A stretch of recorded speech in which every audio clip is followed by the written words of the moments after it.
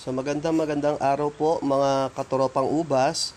So ito po ang CNCS Live Garden the Philippines #1 grape plant store in Bulacan.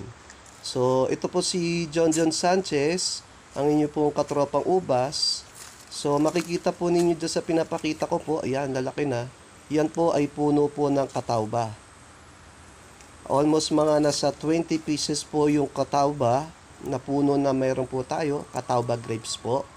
At nakikita nyo po kung gano'n na po siya ka-matured, no? And then, so ibig sabihin, available na po yan for pruning. So magkakaroon po tayo ngayon this month of September. So kapag may order lang po, tsaka lang po kayo ikakat ng mga cuttings. At talaga naman po very matured at napakaganda po ng ating mga cuttings. Sa presyo naman po ng ating for cuttings, PM lang po ninyo ako, Smart Line o sa Messenger o sa cellphone number Smart Line 0947-815-4699. At nationwide delivery po tayo, Luzon, Visayas, Mindanao. Pwede po natin ipa-LBC, Lalamove, Tok, Draft and Go. And pwede rin naman po kayo sumadya o pumikap dito po sa atin sa Barangay Ligas, Malolos, Bulacan. So yan po mga katropang ubas, legit na legit po na katawba grapes po yung ating i-release po ngayon. So napakarami po natin ng cutting. So available po tayo dyan ng 3,000 pieces. Sa mahihilig po mag-grap o magduktong o gawing rootstock si katawba, the best po ito at bibigyan po kayo ng napakagandang cuttings po. So very fresh, and then ibababad ko na po yan sa fungicide para mapashipping man sa malayo ay still fresh pa rin ninyo siya mare-receive, ano? And then sa rooted hormones. And then ipapakita ko rin po, tulad po ngayon, meron po tayong i-deliver sa Laguna via Draft and Go. May kasama siyang dahon na nag-request, and then 50 pieces po ng cuttings. Ayan po sa video. Pakita ko po, binabad ko na siya sa fungicide, tsaka ang gaganda po ng kanyang cuttings, mga katropang ubas. Yan.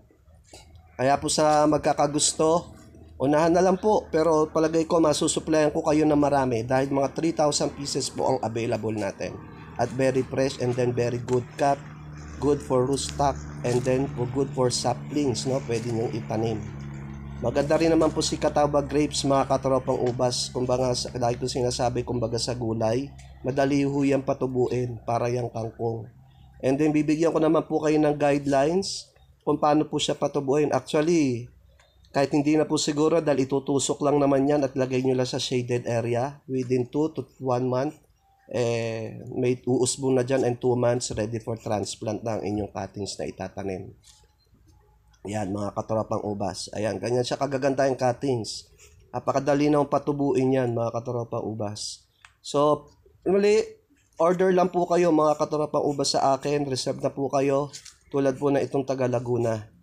At ang bunga po niyan ay maganda naman po, no, mga katropang ubas. At sa pagpapatamis naman yan, 2 weeks bago anihin ang bunga, nilalagyan lang po yan ng potassium humate, mga katropang ubas. So yun po, ito po rin yung katropang ubas, John Sanchez, ang seller na di lang po basta makabenta, gusto ko rin po kayong makabuhay. So yan po yung ating Facebook account, pwede po ninyo ako dyan i-follow. And then message sa Messenger. So yun po, maraming salamat po. Thank you po. Bye-bye.